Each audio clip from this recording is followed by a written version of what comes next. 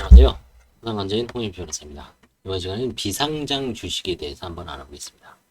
채무자가 지급불능이 된 경위를 한번 보면, 채무자는 2003년에 부천의 치과를 개원하여 운영하던 중 선배의 제의를 받아 신도림의 이제 땡땡 치과로 추가적으로 대출을 받아 고가의 장비를 들여, 이게 이제 의료 의사들이 사실 이 장비가 무시 못하죠. 매덕이 되죠.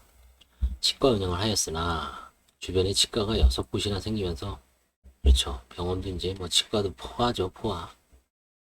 수입이 줄어 운영비를 감당하지 못해 2012년도에 일반회생을 신청했습니다. 이 당시에는 이제 일반회생은 부채가 5억 이상이면 일반회생이었죠. 지금은 부담부 채무 10억, 담보 채무 15억 이하입니다.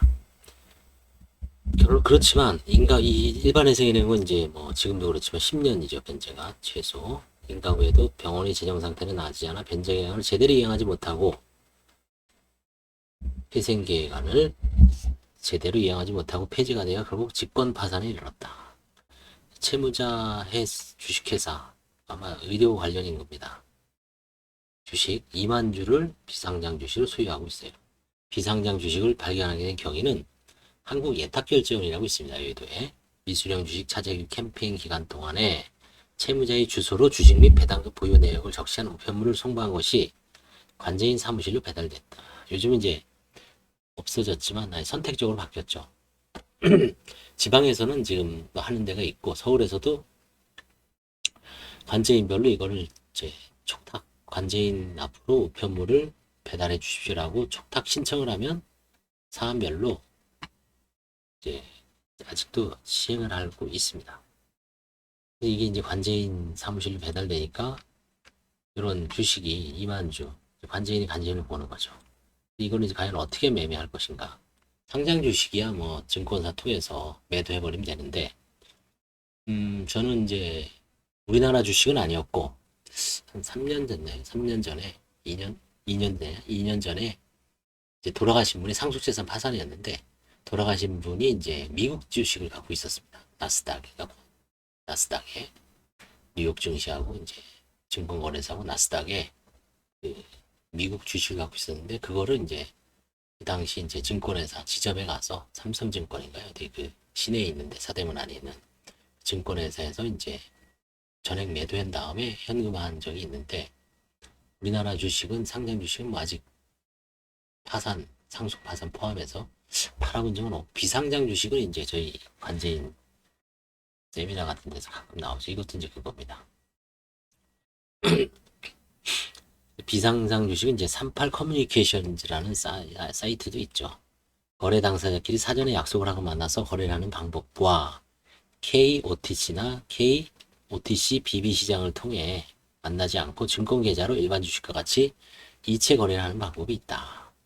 관제인 사무실은 KOTC나 KOTC 사이트를 통해 이 지금 가지고 있는 채무자가 가지고 있는 주식 거래에 대해 알아봤으나 이 주식 거래는 이제 불가능한 상황이었다. 따라서 관제인 사무실은 비상장 주식 매매를 하는 사이트에 이 주식을 소개하는 글을 보고 비상장 주식 중개업자를 만나게 되었고, 중개업자를 통해 매수인을 소개받았다. 그래서 관제인은 채무자에게 예탁결제원에서 주식회사 땡땡 주권 1만 주를 수령해 오도록 한 뒤 매수인과 한 주당 3,100원으로 하는 3,100, 만, 10만, 100만, 1,000만, 3,100만 원이죠. 그러면 만 주면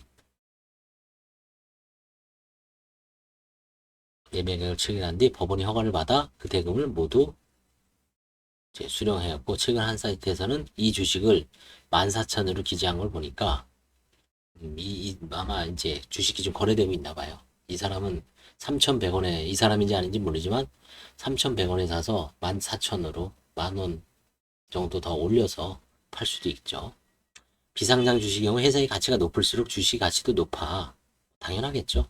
비상장 주식을 사고 파는 사이트 또는 게시물이 많아 미리 인터넷 검색을 통해 기준 가액을 알아둔 뒤 매수를 권유하는 것이 좋겠다라고 이제 하고, 반면 거래가 되지 않는 비상장 주식의 경우 그 회사의 대표이사에게 매수를 의뢰하는 내용 증명을 보낸 뒤 매수 의향이 없어 한가 포기하는 경우도 있죠.